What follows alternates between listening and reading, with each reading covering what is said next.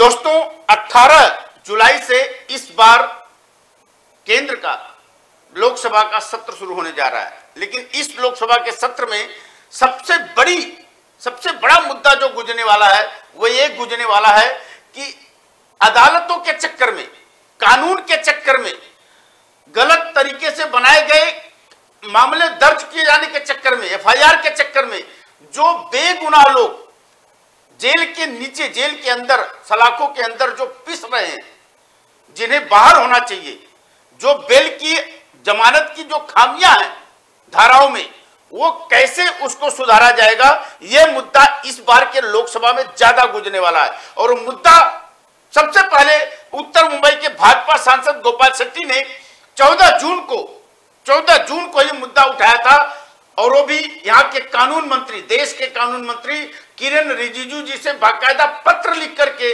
उन्होंने इस बात पर ध्यान केंद्रित किया था सरकार का कि इस समय महाराष्ट्र में तो लगभग 5,500 लोग हैं, बल्कि पूरे देश में देखा जाए तो लगभग 5 लाख से ज्यादा जो है वो जमानत के चक्कर में जमानत नहीं मिल पा रही है। इसकी वजह से सलाखों के पीछे अपनी जिंदगी गुजार रहे हैं, सालों साल लग जा रहे बेल के चक्कर में।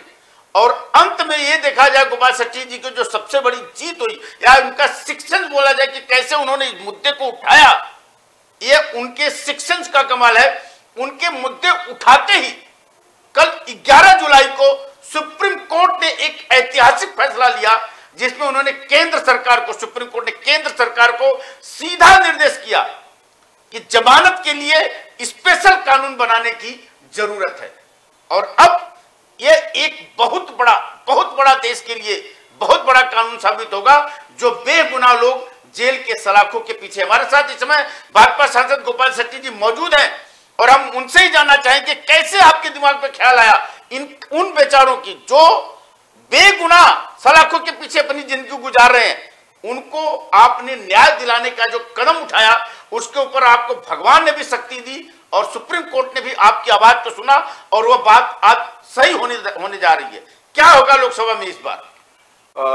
धन्यवाद चतुर्वेदी जी। सबसे पहले तो मैं आज आपके जन्म दिवस के अवसर पर आपको ढेर सारे शुभेच्छा देता हूँ, शुभकामनाएं देता हूँ। बहुत बहुत धन्यवाद जी। आपके जन्म दिवस के अवसर पर मैं यहाँ पर आया हूँ, तो मुंबई शहर की समस्या के बारे में भी हम चर्चा करने वाले, जिसका जिक्र अभी आपने किया कि 14 जून को मैं देश के कानून मंत्री किरेन रिजिजू को चिट्ठी लिखकर सारी बातों को 3 पेज का चिट्ठी लिखकर मैंने सारा उनको डिटेल दिया जी। और ये सारे डिटेल मैक्सिमम मुझे हमारे उत्तर मुंबई जिला के सचिव एडवोकेट सिद्धार्थ शर्मा है, उन्होंने भी काफी इसमें मुझे मदद की। अभी आप कहते हुए मुद्दा कहाँ से आता है जी?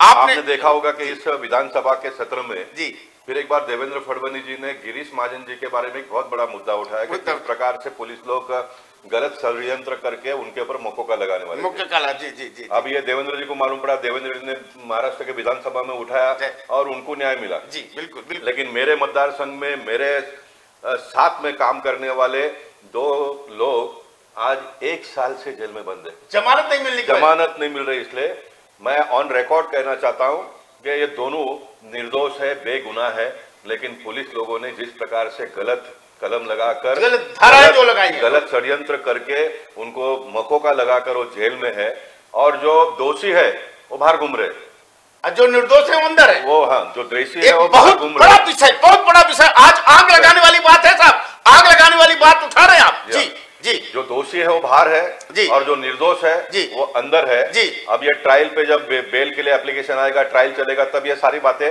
आएंगी। इससे वो बहुत डिटेल में मैं जाना नहीं चाहता हूँ, लेकिन ये बात का दर्द लेकर उनकी पत्नी, उनके बच्चे मुझे जब मिलने आए, फिर मैंने इसमें बहुत डिटेल में गया तो सारी बातें पता चली, और मैंने तुरंत किरेन रिजिजू को लेटर लिखा। इसके पहले मैं एक धन्यवाद दिलीप वलसे पाटिल जी को देना चाहूंगा। देखिए, सरकारें आती है, सरकारें जाती है, बुरा जो होता है उसका अगर हम उजागर करते हैं तो अच्छी बातों को भी पब्लिक के ध्यान में लाने की आवश्यकता है जी। मैं इस केस में पुलिस कमिश्नर को, 2 पुलिस कमिश्नर को मिला, सारे एडिशनल पुलिस कमिश्नर को मिला, मैं दिलीप वलसे पाटिल जी को मिला, और उनसे निवेदन किया जो हो गया, लेकिन आने वाले दिनों में पुलिस लोग ऐसा गलत कलम लगाकर किसी को बंद ना करे, इसलिए मैंने मकोका लगाने के पहले कोई रिटायर्ड जज की कमेटी बनाओ और उनसे राह लेकर फिर मकोका लगाओ, ये मैंने उनको डिमांड की, क्योंकि जिंदगी को तबाह करने वाला ये धारा होती है, बड़ी धारा है जी। तो मैंने ये बात की, मांग उनसे की जी। लेकिन दिल्ली वलसे पाटिल जी ने, आपको जानकारी के लिए बता दो, 15-20 दिन के अंदर ही रिटायर्ड जज का तो उन्होंने क्या, वो उसका उनको अधिकार नहीं है होगा शायद, उन्होंने 5 पुलिस लोगों का, बड़े पुलिस ऑफिसरों का एक कमेटी बनाई और उस कमेटी के माध्यम से आने वाले दिनों में मकोका लगना चाहिए नहीं लगना चाहिए इसका निर्णय होगा। इसलिए मैं उनको निश्चित, आज वो सरकार उनकी चले गई, वो आज गृह मंत्री नहीं है, लेकिन मैं उनको धन्यवाद निश्चित इसके बारे में देना चाहूंगा। अब ये किरण रिजिजू को मैंने चिट्ठी लिखा था और मुझे खुशी है कि देखिए आज मैं आपके जन्म दिवस के अवसर पर यहाँ पर आया हूँ और कल ही सुप्रीम कोर्ट ने इसके बारे में बहुत डिटेल में बात कही है। और जो बात आपने की कि केंद्र सरकार को निर्देश किया, सुप्रीम कोर्ट का फैसले की कॉपी हम स्क्रीन पर दिखाना चाहेंगे, दर्शकों को भी दिखाना चाहेंगे, वो नेट पर भी है वो नेट पर भी है। उन्होंने कहा कि इसका आप तुरंत एक कायदा बनाओ बेल के लिए स्पेशल कायदा बनाओ, ताकि बेल के लिए लोग ज्यादा अंदर ना रहे, ज्यादा और बेल एप्लीकेशन किसी का आता है तो 15 दिन के अंदर उसका निपटारा होना चाहिए। ये बात भी उन्होंने बहुत बड़ी कही है। मैं बहुत खुलकर इसमें क्लियरिटी लाना चाहता हूं, जो दोषी है चार्जशीट फाइल होने के बाद में उनका आप ट्रायल चलाओ, उनको जेल में डाल दो, जो भी सजा देना दे दो, लेकिन जो निर्दोष है वो अगर बहुत लंबा समय तक जेल में रहते हैं तो ये बहुत बड़ा समाज पे इम्पैक्ट गलत जाएगा, आने के बाद दुर्भावना रहेगी उनके अंदर। आज टाइम्स ऑफ इंडिया, आप आज का टाइम्स ऑफ इंडिया पढ़ लो, रोज 2-3 आते हैं। पोस्को जिनके ऊपर लगाया था 5 साल के बाद में उनको आज बरी कर दिया। साहब किसी के जीवन के सुनहरे 5 साल बिगाड़ दिया ना आपने, हमारे सिस्टम ने, आपने यानी हम भी उसके भाग है। हमारे सिस्टम ने किसी बेगुनाह व्यक्ति का जीवन का सुनहरा 5 साल बिगाड़ दिया। इसलिए आने वाले दिनों में न हो। और पार्लियामेंट की आपने बात कही, तो मैं ये पार्लियामेंट में निश्चित फिर एक बार पार्लियामेंट में भी इस बात को उठाऊंगा वापस। मैंने आज किरण रिजिजू को लेटर लिखकर कहा कि इस बिल को आप जल्दी लाइए। हमारे जूने पहले के जो कानून मंत्री रविशंकर प्रसाद जी है, बहुत वो वकील भी है, किरण रिजिजू भी एडवोकेट है और उनका एक बहुत बड़ा अनुभव है, तजुर्बा है, तो उनको भी मैं मिलकर इसमें बहुत जल्दी से एक कानून बनकर लोगों को न्याय मिले उसका प्रयास करूंगा। और हो सकेगा तो मैं अमित शाह जी जो हमारे गृह मंत्री है उनसे इस बात का निवेदन भी करूंगा कि प्रधानमंत्री अमृत महोत्सव के माध्यम से बहुत सारी नई घोषणाएं कर रहे हैं, तो मैं इस बात का भी डिमांड करूंगा पूरे देश में जितने भी बेगुनाह लोग बंद है उनको अमृत महोत्सव के अवसर 15 अगस्त के पहले उनको रिहा किया जाए। इस प्रकार का भी एक डिमांड सिस्टम बनाया जाए। बिल्कुल, क्या बात है। देखो निर्दोष लोगों के लिए तो काम करना है ना। बिल्कुल हम काम किसके लिए कर रहे हैं? बिल्कुल, जो दोषी है उसको जेल में डालो, सजा दो, जो निर्दोष है उनको छोड़ दो, इसलिए हम काम कर रहे हैं। तो ये इसके ऊपर मैं बहुत बड़ा काम करूंगा। मैं इसके डिटेल में जो सुप्रीम कोर्ट ने कल बातें कही है वो आपसे निवेदन करूंगा कि सिद्धार्थ शर्मा जी हमारी टीम जोड़ेगी, हम उनसे बातचीत करेंगे इसके बारे में। लेकिन एक बात तब तक गोपाल सेठ जी, सिद्धार्थ शर्मा जी हमारे साथ जुड़ चुके हैं। गोपाल सेठ जी एक बात बताएं कि सबसे पहले देखिए कानून की जो सबसे पहला मूल सिद्धांत होता है कि 100 गुनाहगार छूट जाए, लेकिन एक गुनाह को सजा नहीं होनी चाहिए। लेकिन यहाँ हो रहा है उल्टा हो रहा है। 100 बेगुनाहों को सजा मिल रही है, एक गुनाह। आपने मौका दिया है तो एक बात और कहूंगा, सिद्धार्थ भी शायद उसको ऐड करेंगे। अब ये बेल मिलने में बरसों लग जाते हैं, इसलिए पुलिस लोग गलत तरीके से फंसा के और बड़े पैमाने पे पैसा लिया जाता है। मुद्दा नंबर 1, पहले स्टेज पे पुलिस लोग लेते हैं, दूसरे स्टेज पे वकील और ये न्यायालय का हमारा इन दिनों में खर्चा इतना बड़ा हो गया है। माफ करना, न्यायालय का हम सम्मान करते हैं। सबसे पहले तो मैं ये जो जजमेंट जिन्होंने दिया है वो हमारे 2 न्यायाधीश का भी मैं यहाँ पर उल्लेख करना चाहूंगा, जस्टिस संजय किशन कौल जी और जस्टिस सुंदरेश जी। इनका बहुत ही बड़ा लैंडमार्क डिसीजन उन्होंने दिया है, इसलिए उनका भी मैं पूरे देशवासियों की ओर से अभिनंदन करना चाहता हूँ।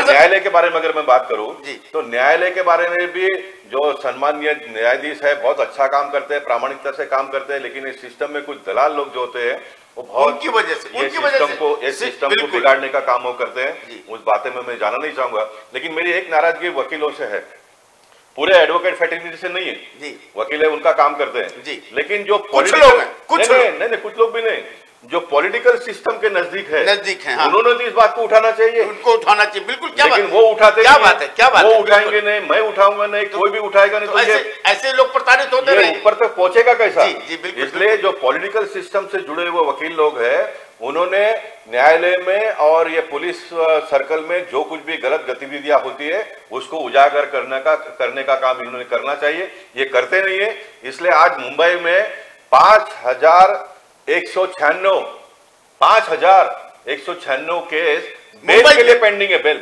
खाली मुंबई में बेल के लिए पेंडिंग है। मुंबई शहर में 5,196 केस सिर्फ बेल के लिए पेंडिंग है, और वर्षों से 2 दिन, 15 दिन, 8 दिन, 1 महीना, 2 महीना, 3 महीना, 6 महीना नहीं, वर्षों से पेंडिंग है और वर्षों से लोग जेल में है। ये मैं मानता हूं कि लोकशाही का इससे बड़ा मजाक कोई हो नहीं सकता। साहब एक बात बताऊं, अब आपने जो बोला, जो पॉलिटिशियन जो राजनीति के संपर्क में, कपिल सिब्बल इतना बड़ा नाम, एडवोकेट है, मनीष तिवारी इतने बड़ा नाम, सिसोदिया इतने बड़े नाम, साहब ये लोगों को ने जब एक फांसी की सजा हुई थी एक टेररिस्ट को मुंबई ब्लास्ट के आरोप में, तो रात में कोर्ट खुलवाया गया था, लेकिन ये बेगुनाह जो बेगुनाह जमानत की वजह से इनके लिए कोई मुंह नहीं खोलता, इनके लिए कोई मुंह नहीं खोलता। ये देखने वाला विषय है। यहाँ पर हम मुद्दा उठाएंगे जरूरी। तो हमारे साथ अभी याकूब मेमन का देखिए, जो टेररिज्म का केस लड़ते, चलिए ठीक है, मुद्दा उनका लड़ते रहे, लेकिन ये तो उठाइए कम से कम साहब, आप बेगुनाहों को क्यों अंदर करवा रहे हैं? और एक और साहब हमारे बात आई कि एक सिक्किम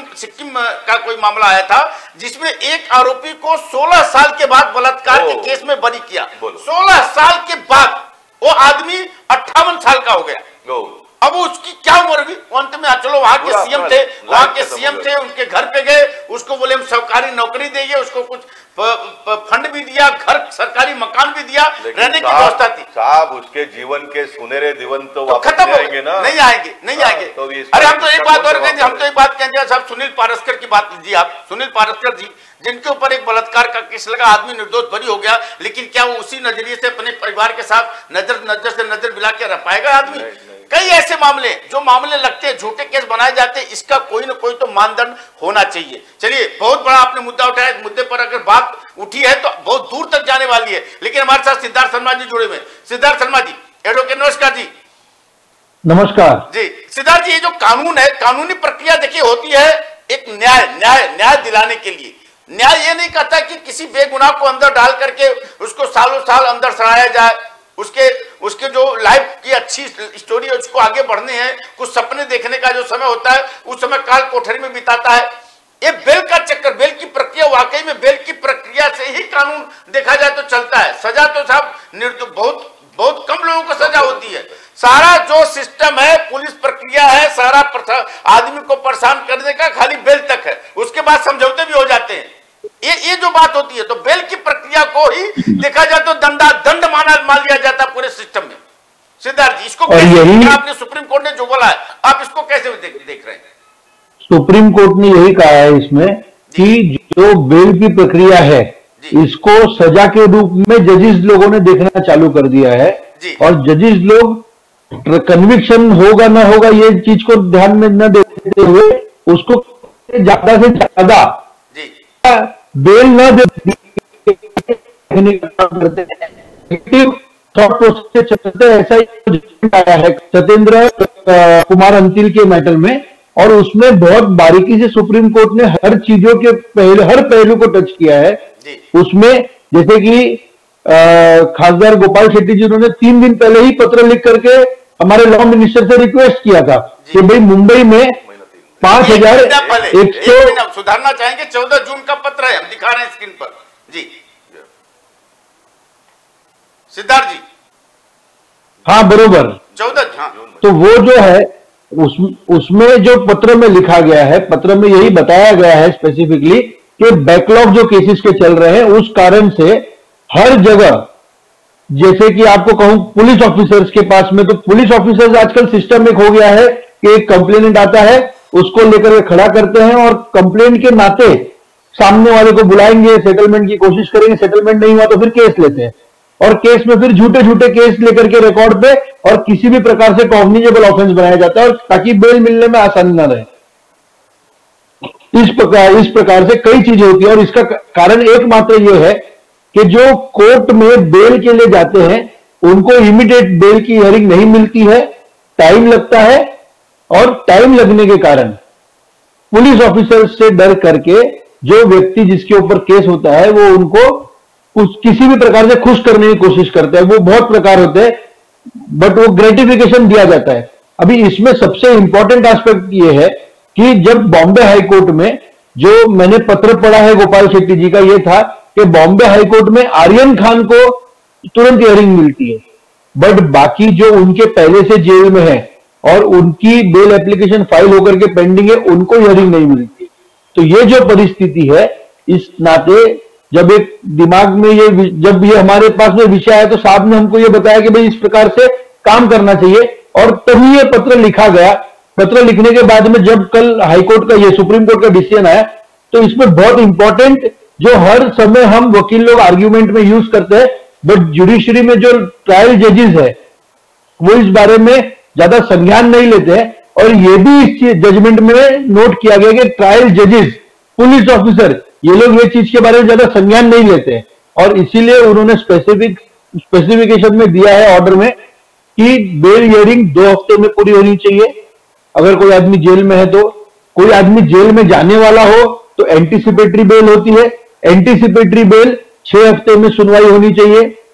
तीसरा 41 और 41A, ये code of criminal procedure code है, उसमें स्पेसिफिकली कब आदमी को अरेस्ट कर सकते हैं, वो अरेस्ट कब कर सकते हैं ये बारे में बताया गया है, और वो सिस्टमेटिकली फॉलो नहीं किया जा रहा है। जो इंटेंशन से पार्लियामेंट में लॉ बनाई थी वो लॉ फॉलो न करके पुलिस अपना मनमाना कर रहा है, ये बता करके सुप्रीम कोर्ट ने यह आदेश पार किया है और कहा है कि ये जरूरी है करना।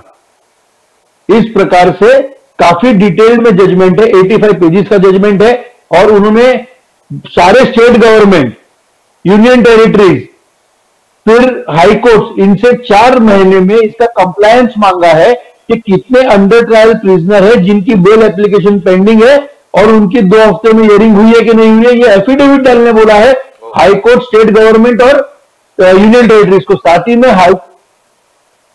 में स्टेट गवर्नमेंट को यह भी कहा गया है कि आप स्पेशल कोर्ट बनाइए जो सिर्फ बेल की हियरिंग करेगी। जी। उसके बाद में हाँ सिद्धार्थ जी बोलिए।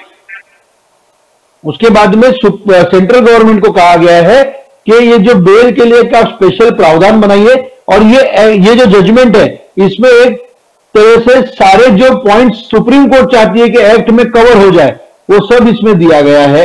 उसमें ऑफेंसेस को कैटेगरी वाइज डिवाइड किया गया है 4 कैटेगरी में, ABCD, जो एकदम छोटे मोटे ऑफेंसेस है जिसमें अरेस्ट करने की जरूरत नहीं है। उसके बाद में दूसरी पहलू में जो थोड़े सीरियस है बट उसमें अरेस्ट करने की जरूरत नहीं है। तीसरा है जिसमें अरेस्ट करने की जरूरत है, और चौथा है इकोनॉमिक ऑफेंसेस। ऐसा अलग अलग प्रकार के कैटेगरी बना करके किया गया, और इसमें काफी अच्छे से डिटेल्ड पूरे, मतलब अभी तक मुझे ऐसा लगता है कि सबसे डिटेल्ड जजमेंट बेल के ऊपर यही है, और ये आने वाले दिन में लैंडमार्क करके यूज होगा।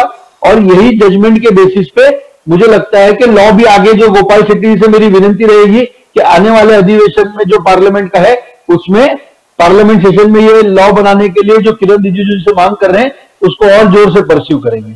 सिद्धार्थ जी एक बात बताइए, अभी आपने बोला कि पुलिस जो है धाराएं लगा देती है, आदमी किसी को परेशान करना हो, सेटलमेंट नहीं हुआ तो बदले की भावना, कुछ जो आप लालच या लोभ है, जो भ्रष्टाचार, चलिए हम उस मुद्दे पर नहीं जाते क्योंकि उसका कोई पुख्ता सबूत नहीं, लेकिन होता है। तो इस तरीके से जो पीछे की कड़ियां जुड़ती हैं, इसमें कोई ऐसा प्रावधान नहीं कि अगर ऐसा कोई गलत केस लिया है पुलिस ने तो उसके ऊपर भी कोई सजा का प्रावधान हो, दंडात्मक कार्रवाई का प्रावधान हो। किसी ने झूठा केस किया, वो झूठा केस साबित होने के बाद आदमी क्या सेटलमेंट होता है, छूटता है ना साहब, तो फिर कोर्ट के चक्कर में पड़ने जाता नहीं। लोग छूटने के बाद कभी भी दावा नहीं ठोकते, कभी भी दावा नहीं ठोकते, जबकि कोर्ट बोलता है कि आप बरी हो गए तो दावा ठोकिए, लेकिन कोई करता नहीं। तो क्या इसके लिए कोई ऐसा सिस्टम बनाना चाहिए कि कोई दावा ठोके या नहीं ठोके, लेकिन सामने वाले के ऊपर दंडात्मक कार्रवाई जरूर होना चाहिए अगर केस झूठा निकला तो, क्योंकि ये प्रक्रिया पहले बंद होनी चाहिए। क्योंकि झूठे केस में मैं समझता हूं कि देश के युवा काफी बर्बाद हो रहे हैं साहब। ऐसा है, जिस प्रकार से ये बेल का ऑर्डर आया है उसी प्रकार से कानून में प्रावधान ऑलरेडी है कि भाई अगर झूठा केस किया है तो सामने आप झूठा केस करने वाले के ऊपर केस कर सकते हैं, बट वो प्रावधान नहीं, मैं उसमें एक चीज करेक्ट करना चाहता हूँ, कोई करता नहीं है ऐसा नहीं है, उसमें अधिकतर लोगों को उसकी जानकारी नहीं है, और जिसको जानकारी है वो चीज करना नहीं चाहता है, क्योंकि उसको कोर्ट कचहरी से दूर रहना है। अब वो कोर्ट कचहरी से दूर रहना क्यों चाह रहा है?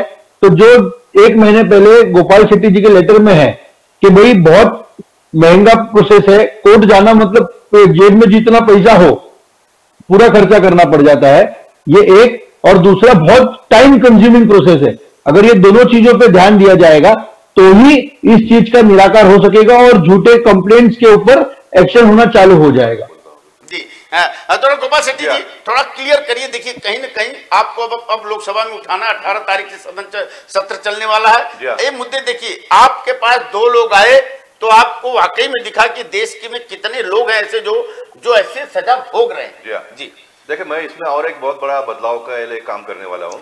देखिए, देश तो बहुत लंबे चलते रहने वाला है, हमारा और आपका आयु सीमित है। जी मेरे मन में यह है, जैसा कैग एक ऑटोनोमस बॉडी है, जो अकाउंटिंग सिस्टम होता है उसका फिर छानबीन करते हैं, क्या सही है क्या गलत है, अधिकारी ने किस प्रकार से किया है। तो न्यायालय के प्रकरण में भी एक इस प्रकार का बॉडी बनाना पड़ेगा हमको, जितने भी केसेस के चुकादे आते हैं उसका फिर वापस समीकरण करके वो सही था गलत था, कितना गलत था कितना सही था, उसका भी समीकरण, अगर समझो पुलिस लोग गलत केस करते हैं तो उनके ऊपर भी कार्रवाई होना चाहिए, उनका रिटायरमेंट के बाद में पेंशन बंद होना चाहिए। इस प्रकार का कड़ा कानून बनना चाहिए। तो, अभी आप बोले बिल्कुल सही। जी बिल्कुल। तो ये इसके लिए भी मैं प्रयास करने वाला हूँ, मैंने चिट्ठी लिखी है, लेकिन मैं इसके बारे में भी प्रयास करूंगा, इनका वापस रीओपन करके केसेस को सारा छानबीन करने का। सही है तो ऑफिसरों का सम्मान भी करो, लेकिन अगर गलत किया है तो उनके ऊपर कार्रवाई होना चाहिए। उनकी नौकरी अगर कर रहे हैं तो नौकरी में से उनको ताबड़तोड़ सस्पेंड करना चाहिए, उनके ऊपर एक्शन होना चाहिए। जो रिटायर हो गए उनका पेंशन बंद होना चाहिए, तो ये सारा सिस्टम ठीक ठाक चलेगा। जैसे पॉलिटिशियन अगर काम नहीं करता तो 5 साल के बाद में जनता उसको घर पे बिठा देती है, इनको कोई हिसाब किताब ही नहीं है, ये जो करेंगे वो सही है। और ये पॉलिटिशियन लोग डरते हैं, सारा जो गलत करते हैं वो डरेंगे ना, डरते हैं। इसके लिए हमको आने वाले दिनों में इसके ऊपर देखिए, सब लोकशाही यानी क्या, और इलेक्टेड रिप्रेजेंटेटिव का काम है जनता के जान माल का पूरा रक्षा करने का काम उसमें करना है। बिल्कुल। कानून हम बनाने वाले, हम ही डरेंगे तो कैसे चलेगा, कौन बनाएगा कानून? तो कोई पाकिस्तान सिर्फ अपना भला चाहते हैं, चुनने के बाद सिर्फ अपना भला चाहते हैं। आप जैसे लोगों को पहले आके मार्केट में इस तरीके से लोगों को आगे आना पड़ेगा, क्योंकि जिस तरीके से कानून का दुरुपयोग होता है, दुरुपयोग हो रहा है, सदुपयोग तो कम होता है, दुरुपयोग ज्यादा हो रहा है। और कानून की लाभी है, बड़े बड़े कुछ नामी गिरामी वकीलों की लाभी है, वो लोग जैसे आपने बोला, जैसे सिद्धार्थ जी ने बोला आर्यन की सुनवाई एक दिन के बाद दूसरे दिन के बाद तीसरे दिन लगातार तारीख पर तारीख पड़ती गई। एक हाई प्रोफाइल केस होने के बाद लगातार सुनवाई कर रहे हो। मैं यहाँ पर भी थोड़ा इंटरवीन करना चाहूंगा। आर्यन का केस का सुनवाई जल्दी किया गया, उसमें मुझे कोई प्रॉब्लम ही नहीं है, लेकिन हम चाहते हैं कि बाकी सारे लोगों का भी क्यों नहीं होना चाहिए। हमारा मुद्दा आज आर्यन को बहुत जल्दी छोड़ दिया, इसके लिए मुद्दा नहीं है। आर्यन जितना जल्दी छूटा उतने ही जल्दी बाकी के लोग छूटना चाहिए। बस सबके कानून सबको एक नजर से देखता है, कानून के लिए कोई बड़ा छोटा अमीर गरीब नहीं है। और एक कानून की धारा में पहले अलगाव हो चुका है, तो ये अलगाव को खत्म करना होगा। कानून सबको एक देखे, जो गांधी की पट्टी बंधी हुई थी, कानून अंधा है, कानून देखता नहीं, इसलिए कि कानून सबके साथ न्याय करता है, वो किसी एक दूसरे को 2 आंख से देखता नहीं। तो ये यहाँ पर आपने बहुत बड़ी पहल की है, और इस पहल को एक ऐतिहासिक मोड़ मिला है। आज आपने जो पहल की है, यहां से मुझे लग रहा है कि कानून की दिशा को एक नया आयाम मिलेगा साहब, एक वाकई में लैंडमार्क बनेगा। यहां से एक नई दिशा मिलेगी कानून को, और आपको इसके लिए देश की जनता की तरफ से उन बेगुनाह माता पिता जिनके माता पिता तड़प रहे हैं, उन बेगुनाह जो जेल के अंदर हैं, उनकी तरफ से आपको बधाई मिलेगा, आपका साहब उनकी दुआ मिलेगी। अगर आप उनके लिए लड़ रहे हैं, देश के कानून बन जाएंगे और ऐसे लोगों को जल्दी कुछ न्याय मिलेगा। जो गुनाहगार है उनको सजा मिले, कोई बात नहीं, जो गुनाह किया उनको सजा मिलनी चाहिए, लेकिन जो गुनाह नहीं किए हैं उनको इतने दिन सलाखों के पीछे क्यों गुजरना पड़े, क्यों के चक्कर क्यों लगाने पड़े, पैसे खर्च क्यों करना पड़े, उनको मानसिक प्रताड़नाएं क्यों झेलनी पड़े। सब एक बात, हम आपकी जो बात आई है तो आपने हमेशा मुद्दे उठाते रहे हैं। इसके पहले आपने 21 साल की शादी का मुद्दा उठाया था, कि लड़के लड़कियों की शादी 21 साल के बाद होनी चाहिए, जबकि कानून 18 साल के बाद बालिग मान लेता है, कोर्ट में शादी कर लेते हैं। इस पे आपने कहा था नहीं, इसमें कुछ समय मिलेगा तो उनको समझने का मौका मिलेगा, हो सकता है कुछ आगे वो अपनी जिंदगी का सही फैसला ले सके। ये थोड़ा सा इसको क्लियर करिए 2 मिनट में, तो थोड़ा हम जनता को क्लियर करना चाहते हैं। नहीं, इसके बारे में काफी बातचीत हुई है जी। मैंने प्राइवेट मेंबर बिल ये मूव किया था कि जब माँ बाप के मर्जी से अगर शादी होते है तो 18 साल का जो उम्र है उसी को रखो जी। लेकिन अगर माँ बाप के मर्जी के बगैर शादी करना है तो 21 साल तक करो। हाँ। ताकि ये 3 साल का पीरियड मिलेगा, एक दूसरे को लड़की भी समझ सकती है, लड़की वापस एक कदम पीछे ले सकती है। और ये 18 साल का है तो ग्रेजुएट होते ही 16-17 साल हो जाता है, 17 साल में ही प्रेम में पड़ जाते हैं और 18 साल होते ही रजिस्टर करते हैं। माँ बाप को कुछ पता नहीं चलता है। जो माँ बाप ने बच्चे को पढ़ा के इतना बड़ा किया है और उसका तो पूरा पैर के नीचे का जमीन खिसक जाता है। और फिर लड़की को कुछ सोचने का आगे कोई रास्ता ही नहीं, गई तो गई। जी हाँ। और आपकी जानकारी के लिए ये बिल मूव होने के बाद में पार्लियामेंट में जब मोदी जी ने कहा कि हम इसका कानून बना रहे हैं तो लड़कियों का नौकरी के लिए एप्लीकेशन करने की संख्या बढ़ गई। क्या बात है, क्या बात है। लड़कियां नौकरी के लिए आने के लिए अभी आगे आ रही है। तो ग्रेजुएट कर लो, शादी करो, शादी के साथ में 2 साल के बाद में बच्चे, वो बच्चे को बड़ा करो, इसमें उसका पूरा जीवन हो जाता है। ये 3 साल का अगर उसको समय मिलता है तो कहीं नौकरी करके सेट हो सकती है, अपने पैर पे खड़े हो जाएगी और अपना जीवन अपने मर्जी से जी पाएगी। पति और पत्नी के साथ में एट पार होकर पूरा उसको अधिकार के साथ में अपना जीवन जी पाएगी। इतना बड़ा बदलाव, उसको 3 साल कम से कम समझने के लिए मौका मिलेगा। हमने जो डिसीजन ले रहे तो सही था, गलत था। तो अगर गलत है तो अपने आप को चेंज कर सकती है। हमारे साथ एक मैसेज आ रहा है चंदर पुष्वानी का, जिन्होंने गोपाल सेठी साहब, you always do good work for public. Thank you. और जनक राव जी ने बोला है कि गोपाल सेठी जी हमेशा पब्लिक के लिए फैसले लेते हैं और ऐसे कानून बनेंगे जो गलत केस, जो गलत धाराएं लगती हैं उसके ऊपर विराम लगेगा। एक पब्लिक के लगातार मैसेज आ रहा है। लेकिन साहब एक बात हम चलते हैं, समय कम है, अब आगे चलते हैं। आपने डबल महले वालों के लिए लड़ाई लड़े लंबे समय से मुंबई के लिए, अभी आपकी सरकार आ गई है। देखिए सरकार लेकिन हो तो आप काम हमेशा करते रहे हैं। आपने तो देवेंद्र फडणवीस जी मुख्यमंत्री थे तो भी आपने आंदोलन किया है, मोर्चा किया है, उनके खिलाफ आपने अनशन किया है और आपने लड़ाई जीती भी है। ये डबल महले वाला केस। मैं फिर एक बार कहूंगा कि सरकार हमेशा अपनी होती है, अपनी सरकार है ना, काम करवाने आना चाहिए। सरकार कौन चलाता है? मेरी पार्टी के लोग चलाते हैं या आज समझो फिर एक बार हमारे पार्टी के लोगों की सरकार आई। इसके पहले 3 पार्टी की सरकार थी, वो भी सरकार तो अपने राज्य के है ना, अपने राज्य के लोगों के। विचारधारा सिर्फ अलग अलग होता है। सरकार को चलाने वाले एक बड़ी सोच वाले आदमी, आप जैसे लोग इस बात को समझ सकते हैं, बोल सकते हैं। तो सरकार को चलाने वाले लोग अलग होते हैं, सरकार तो अपनी होती है ना, सरकार तो अपनी होती है। तो ये आपने मुद्दा एकदम सही समय पर उठाया। अभी मैं आपके पास आ रहा हूँ, इसके पहले मैं एकनाथ शिंदे जी को मिलकर डायरेक्ट यहाँ पर आ रहा हूँ। आज फिर एक बार मैंने उनको निवेदन दिया है। मैं 4 दिन के पहले सीओ एसआरए को मिलकर आया हूँ। मैं लगातार इस विषय को लेकर चला रहा हूँ और मुझे इस बात की पूरी गारंटी है कि देवेंद्र जी और एकनाथ शिंदे जी मिलकर बहुत ही जल्दी ये पहले माले का और स्लम फ्री मुंबई के बारे में एक बहुत बड़ा निर्णय आएगा और मुंबई शहर के लोगों को एक न्याय मिलेगा। देखिए, एक झोपड़पट्टी में से रहने वाला सामान्य परिवार का व्यक्ति जो रिक्शा चलाकर अपने जीवन को प्रारंभ किया, वो आज महाराष्ट्र का मुख्यमंत्री बनता है। ये लोकशाही है, ये लोकशाही। लेकिन लोकशाही, एक चाय वाला पीएम बनता है, एक ऑटो वाला सीएम बनता है। जी, क्या बात है। पूरा विश्वास है कि एकनाथ शिंदे जी इसको हाथ लगाएंगे और मैंने उनको मिलकर कहा कि एक ज्वाइंट मीटिंग लगा दो, पार्लियामेंट चालू होने के पहले अगर लगाते तो ठीक है, नहीं लगाएंगे तो भी उनके दिमाग में एक बार बात आ गया वो करेंगे। और सबसे बड़ा जिन्होंने मुझे इस काम के लिए लगाया था देवेंद्र जी, वो तो है ही ना सिस्टम में, वो इसको करेंगे। इसलिए हम ये मुद्दे को भी बहुत जल्दी समाप्त करेंगे और मुंबई स्लम फ्री हो, इस दिशा में हम कितने लोग इससे प्रभावित है, कितने लोग प्रभावित हो जाए, कितने लोग को फायदा मिलेगा? आपने तो मुंबई का पूरा 2000 के पहले के प्राइवेट लैंड पे पहला माला जो ऑफिशियल बनाकर परचेस करके लिया था, उसका भी सर्वे होकर उसका पूरा डाटा आ जाएगा।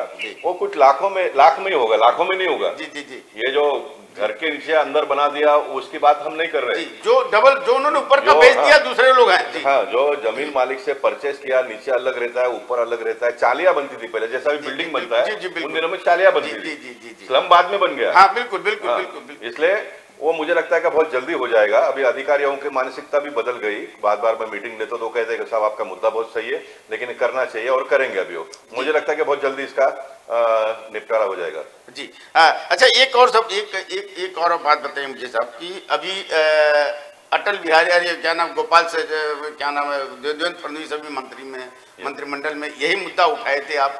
आपने इसके पहले मेट्रो मुंबई पर बातचीत करते हुए बोला था कि अगर मुझे मुंबई को दे दिया जाए तो मैं मुंबई को 5 साल के लिए 5 साल में स्लम मुक्त कर देंगे और सबको घर मिलेगा, कोई दिक्कत नहीं आएगी। पूरा प्लान आपके पास, एक बड़ा प्लान पूरा आपने तैयार करके रखा है। कौन सा, थोड़ा सा जिक्र करेंगे साहब, यहाँ पर अगर बताएंगे तो जिक्र करेंगे क्या? मेरे पास प्लान है, लेकिन वो प्लान मैंने उस समय भी कहा था कि किसी की भी सरकार यही की हो या बी की हो, 5 साल में कोई मुंबई स्लम फ्री नहीं होगा। लेकिन अगर इच्छा हम प्रकट करेंगे तो 10-15 साल में तो आसानी से हो सकता है। और सभी एजेंसी ने, महानगर पालिका के प्लॉट के बारे में महानगर पालिका के लोगों ने काम करना चाहिए, माड़ा के प्लॉट के बारे में माड़ा ने करना चाहिए, कलेक्टर के प्लॉट के ऊपर महाराष्ट्र सरकार करेगी, और प्राइवेट लैंड के ऊपर जितनी भी झोपड़पट्टियां है वो प्राइवेट लैंड के लोग, प्राइवेट बिल्डर लोग मिलकर करेंगे, तो ये आसानी से हो जाएगा। और मैं फिर एक बार आपके टीवी के माध्यम से कहना चाहता हूँ, मेरी इच्छा है कि ये क्या आने वाले दिनों में स्लम जहां पर है वहां पर जो सेल माल बनाते हैं बिल्डर लोग, वो भी 300 फुट का ही बने जी, 500 और 1000 फुट का वहां पर ना बने। रीडेवलपमेंट में जाकर काम करिए ना, वहां पर उनका भी माल बिकेगा, उनको भी अच्छा घर मिलेगा। यहाँ पर 300 फुट का ही घर बनाने से क्या होगा, हमारे पुलिस के लोग हैं, महाराष्ट्र सरकार के अधिकारी है, कर्मचारी है, चतुर्थ श्रेणी के लोग हैं, ऐसे सामान्य लोगों को घर मिलेगा 300 फुट का, सस्ते में, रीजनेबल रेट में मिलेगा। और जो समझो एक आदमी के पास एक घर है, दूसरा भाई है, उसका शादी होने वाला है, तो उसको भी तो घर चाहिए ना, तो उसको भी यहाँ पर 300 फुट का घर ये स्कीम के हिसाब से बनाएंगे तो रिजनेबल में। मैं कहता हूँ कि मेरा सपना है 35-40 लाख रुपए के अंदर मुंबई शहर में कहीं भी 300 फुट का घर मिलना चाहिए, इतने रिजनेबल में मिलना चाहिए। बात है। अभी बिल्डर लोग के पास आप जाएंगे तो कम से कम 80 लाख रुपए लगते हैं जी। और मैं कहता हूं कि मुझे अगर कहा जाता है कि एक पायलट प्रोजेक्ट बना के दो, तो मैं ये बनाकर 30-35 लाख रुपए में लोगों को घर मिले 300 फुट का, इस प्रकार का काम मैं कर सकता हूँ जी। हमारे पास एक जनक रावल जी का मैसेज है साहब, बोलने की अगर महाराष्ट्र के हाउसिंग मिनिस्टर गोपाल शेट्टी जी को बना दिया जाए तो मैं समझता हूँ कोई बेघर मुंबई में नहीं रह पाएगा, सबको अच्छा अपने सपनों का घर मिल जाएगा। देखिए, मेरे को कोई मंत्री बनने की बात नहीं साहब जी, की जनता की अपेक्षा है, जिसके पास प्लान होता है, जिसके पास विचार होते हैं, सोच होते हैं, उससे जनता उम्मीद करती है। ये लोगों की भावना है, लोगों की भावना का मैं कदर करता हूँ, लेकिन मैं मानता हूँ कि जो पद पर मैं आज काम कर रहा हूँ, जो मुझे सम्मान मुंबई शहर में, महाराष्ट्र में सभी पॉलिटिकल पार्टी के माध्यम से ऑफिसरों से मिल रहा है, अगर यही परंपरा रहा और देवेंद्र जी ने और एकनाथ शिंदे जी ने मिलकर काम करके 2.5 साल में हम बहुत कुछ कर सकते थे। कि सभी लोगों ने मंत्री बनने की अपेक्षा नहीं करना चाहिए, कोई काम करने वाला भी तो होना चाहिए ना। जब मेरा मुख्यमंत्री, मेरा उप मुख्यमंत्री कर रहा है, मेरे है ना वो जी, मेरे पास जो भी दिमाग में आइडिया है वो मैं उनको दूंगा, दे सकते हैं। आखिर हमको काम ही करना है। ये मंत्री पद के मारामारी में, खींचतान में जो ऊपर के लोग होते हैं उनको बड़ी परेशानी हो जाती है, इसलिए उनको एकदम फ्री हैंड काम करने का मौका देना चाहिए। एकनाथ शिंदे जी को और देवेंद्र जी को फ्री हैंड काम करने का मौका दो, बहुत तेजी से काम करेगा। जिसके बाद जो भी इनोवेटिव आइडियाज है आप उनको लेकर आकर दे दो ना, काम करेंगे ना, उसमें क्या प्रॉब्लम है जी। अच्छा साहब, अभी एक बात है कि आपने जब कांदीवली में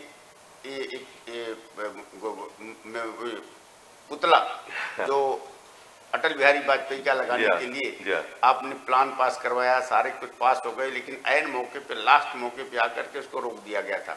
आप उस समय बहुत मन से बहुत दुखी हुए थे और आपने बोला था कि हम कोई सार्वजनिक सम्मान ग्रहण नहीं करेंगे जब तक वहां पे अटल बिहारी वाजपेयी का पुतला नहीं लगा दिया जाए, और अपने वचन पर आप उसको निभा रहे हैं।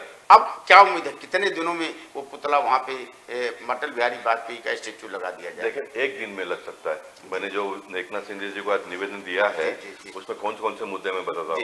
एक तो रिक्शा टैक्सी वालों का मुद्दा, मैं 3 इससे पहले के 4 मुख्यमंत्रियों को चिट्ठी लिखा था, वो उनको मैं देख रहा हूँ, रिक्शा और टैक्सी वालों के जीवन में बदलाव आने के लिए। दूसरा है मुंबई शहर के झोपड़पट्टी मुक्त का, वो लिखा है मैंने। तीसरा मुद्दा है मुंबई शहर 5000 पेक्षा, ये जो कोर्ट केसेस पेंडिंग है ना, वो सुप्रीम कोर्ट, लेकिन मेरे लेटर में वो पहले से ही है, ये एक मुद्दा है।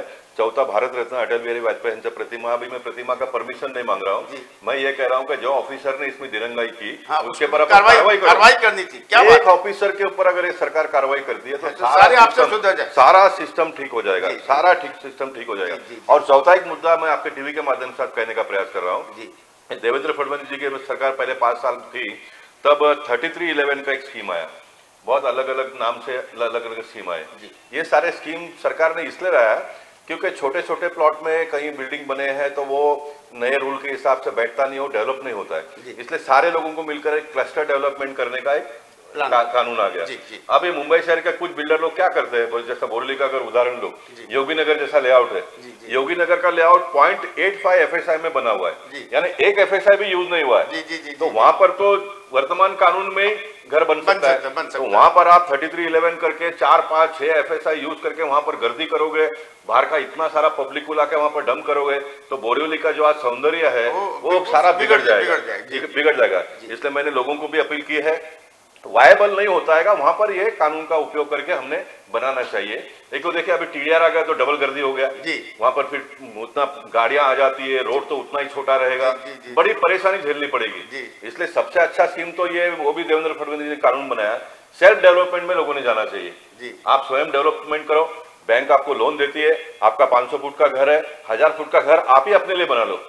जैसे आपने घर बना लिया अपने जीवन काल में, आप अपने बच्चों के लिए 1000 फुट का घर बना दो, ताकि पब्लिक उतनी रहेगी, पॉपुलेशन बढ़ेगा नहीं, आप बड़े घर में जा सकोगे और अच्छे जीवन जी पाओगे। एक तो ये करना चाहिए। ये नहीं हुआ तो ऑन गोइंग कायदे में ज्यादा गर्दी ना हो, 1 का 2 हो जाता है वहां तक ठीक है, ज्यादा गर्दी ना हो उसके लिए भी प्रयास करना चाहिए। ये भी मैंने उनको चिट्ठी लिखकर कहा है कि ब्लैंकेट परमिशन नहीं देना चाहिए। बिल्डरों को पैसा कमाने के लिए ये स्कीम नहीं आया, डेवलपमेंट जहां पर नहीं होता है वहां पर होना चाहिए, इसलिए ये आया है। इसलिए सारा बिल्डर पैसा कमाए उसमें मुझे तो कोई प्रॉब्लम ही नहीं, बाकी सारे लोगों को हो सकता है, लेकिन मुझे प्रॉब्लम नहीं है, क्योंकि बिल्डर लोगों को घर बनाकर देता है, बिल्डर लोगों को जॉब देता है, नौकरी देता है, बिल्डर कमाता है उसमें से 33% वापस इनकम टैक्स सरकार को भरता है। तो इसलिए बिल्डर कोई पैसा कमाए उसमें मुझे तो कोई प्रॉब्लम ही नहीं है। लोगों ने पैसा कमाना तो ही हम गरीब लोगों की सेवा कर पाएंगे। लेकिन एन केन प्रकार से आप पैसा कमाओ और पूरे शहर का बट्टा बोल कर दो, वो मुझे मंजूर नहीं है। तो उसके लिए भी मैं काम करने वाला हूँ, वो भी मैंने महाराष्ट्र के मुख्यमंत्री के ध्यान में लाकर दिया है। जी चलिए साहब, बहुत बहुत धन्यवाद। लेकिन चलते चलते एक सवाल हम और पूछेंगे। पिछले दिनों आपका मुद्दा एक बहुत गर्म किया था, तूल पकड़ा था कि गीता को स्कूल के पाठ्यक्रम में शामिल किया जाना चाहिए। बहुत अच्छा। और उसको क्या इस सदन में, इस सत्र में किस तरीके से आप इम्प्लीमेंट करवाने वाले हैं, कितना उठाने वाले, क्यों होना चाहिए, क्या जरूरी है? क्योंकि उसको कुछ समुदाय वाले लोग बोल रहे हैं भाई खाली हिंदुत्ववादी बात होने लगी है, बीजेपी खाली हिंदुत्व की बात करती है, खाली हिंदुत्व के नाते तो आपने नहीं बोला, या इसका कोई अलग मकसद है? देखिए, पार्लियामेंट में जब मैंने मुद्दा उठाया था तब मैंने बाला साहब ठाकरे जी को याद किया, उद्धव जी को याद किया। बाला साहब ठाकरे जी ने बहुत प्रयास किया कि हमारे देश का हिंदुत्व और फले फूले, और उनके बेटे आज मुख्यमंत्री करके काम कर रहे हैं उद्धव जी, तो उन्होंने तो ताबड़तोड़ गीता एजुकेशन में महाराष्ट्र में इम्प्लीमेंट करना चाहिए, नहीं किया उन्होंने। हनुमान चालीसा के साथ में खिलवाड़ हुआ, तो अभी जो भी वो देख रहे हैं उसके बारे में हम चर्चा नहीं करेंगे, क्योंकि जितना दर्द उनको हो रहा है तो थोड़ा दर्द तो हमको भी हो रहा है, क्योंकि 25 साल हमने साथ में, और हमारा एक खून का रिश्ता है, हिंदुत्व का जो हमारा एक खून का रिश्ता है वो तो दूर दूर तक भी टूटने वाली नहीं है। लेकिन अब देवेंद्र जी की सरकार आई है, निश्चित हम उसके लिए प्रयास करेंगे। लेकिन मैंने कहा कि सरकार का काम करेगी, हम लोगों ने भी कुछ करना चाहिए। तो मैंने इस्कॉन के साथ में टाई अप करके मेरे मतदार संघ में हर शनिवार को 1 घंटा गीता होता है, और हमने ऑनलाइन भी दे दिया है। ऑनलाइन में बड़े पैमाने पे लोग जुड़ते हैं, ये मैंने किया है। मुझे खुशी इस बात की हुई, कल कर्नाटक में भगवत गीता का उन्होंने इसी प्रकार का चालू किया है, तो उन्होंने 5 मिनट मुझे शुभेच्छा देने के लिए कल रात को 8 बजे कहा था, और कल मैंने ऑनलाइन कर्नाटक के लोगों से बातचीत करके उनको भी शुभेच्छा दिया है। ऐसा धीरे धीरे करते सारे देश में आप देखेंगे कि आने वाले दिनों में भगवत गीता का अंगीकार करेंगे। जिस दिन भगवत गीता देश के कोने कोने तक पहुंचेगी, मैं ऐसा मानता हूं कि क्राइम रेट कम होगा। अलग जगह है आपने। हाँ, ये बेल के लिए एप्लीकेशन ये वो सारा होगा नहीं, क्योंकि गीता का जो अंगीकार करेगा वो गलत करेगा नहीं किसी के साथ में, वो रक्षा करने का काम करेगा दूसरे व्यक्ति का, किसी को मारने का, किसी का चोरी करने का, ये गीता बिल्कुल नहीं सिखाता है। तो गीता को अपनाने से कोई धर्म का, हिंदुओं का धर्म ग्रंथ का नहीं है, ये मानव धर्म ग्रंथ है। तो मानव को जीवन किस पद्धति से जीना है ये सिखाने का ये सीख हमको गीता से मिलता है। तो गीता को सब लोगों ने अंगीकार करना चाहिए। मेरे यहाँ के कैथलिक समाज के एक बच्चे ने इसको उनके समाज में ले जाने का किया। भगवत गीता का जब मैंने उद्घाटन का सत्र किया तो उसमें कैथलिक समाज के लोग आए, मुस्लिम लोग तो मेरे साथ में काम ही करते हैं, कार्यकर्ता। हम सब लोगों ने मिलकर अपने भारत देश को बहुत तेजी से आगे बढ़ाने की आवश्यकता है, और ये सही समय है। नरेंद्र मोदी जी के नेतृत्व में सारे दुनिया के लोग नरेंद्र मोदी जी को मानते हैं, उनका साथ में नजदीकी उन्होंने बनाया है। तो ये सुनहरा अवसर हम लोगों ने खोना नहीं चाहिए। हमने अपने देश को बहुत ऊंचाई पे ले जाने के लिए गीता हो, ये सारी बातों को हमने करना चाहिए। अटल जी की जब मैं प्रतिमा लगाता तो वो एक प्रतिमा नहीं है, अटल जी एक विचारधारा है, अटल जी एक विचारधारा है। इतना लंबा राजनीतिक जीवन जिया उन्होंने, सभी राजनीतिक पार्टी के लोगों को साथ में लेकर उन्होंने काम किया। इतने लंबे कैरियर में कांग्रेस जैसे पार्टी ने यानी विपक्ष के पार्टी ने भी अटल जी के ऊपर कोई आरोप नहीं लगाया। इतना अच्छा बढ़िया स्वच्छ नेता और कौन मिल सकता है। तो राजनीतिक क्षेत्र में काम करने वाले लोगों को प्रेरणा मिले, इसलिए उनकी प्रतिमा हम लगा रहे। एक आजाद शत्रु नेता जिनका कोई विरोधी नहीं था, निर्विरोध नेतृत्व करने वाले अटल बिहारी वाजपेयी की विचारधारा। और उसके बाद गोपाल शेट्टी ने किशन कन्हैया, गोपाल नाम है आपका साहब, और किशन के बाड़ी गीता में वाकई में गीता देखा जाए तो धार्मिक पुस्तक नहीं है। गीता एक हमारे जीवन का की विचार है, हमारी सोच है, जिससे हमें संस्कार और संस्कृति, सभ्यता और हमारे अंदर ज्ञान की धारा प्रभावित करती है। और वो जब आएगी तो हम समझते हैं कि देश की कानून व्यवस्था को संभालने के लिए उतनी जोर की व्यवस्था नहीं पड़ेगी जितना एक गीता का ज्ञान लोगों को कंट्रोल कर देगा, नियंत्रित करेगा। सद्विचार लोगों के अंदर आएगा, लोगों के अंदर एक दूसरे के परोपकार की भावना पैदा होगी। धीरे धीरे समाज और देश आगे बढ़ेगा। ये सोच है गोपाल शेट्टी जी की, भाजपा सांसद। लेकिन 18 तारीख से सत्र शुरू होने वाला है। जो निर्दोष कटघरों के अंदर हैं, जो निर्दोष इस समय बेल की इंतजार में काल कोठरी के अंदर अपना जीवन गुजार रहे हैं, उनके लिए न्याय दिलवाने का बेड़ा उठाया गोपाल शेट्टी जी ने।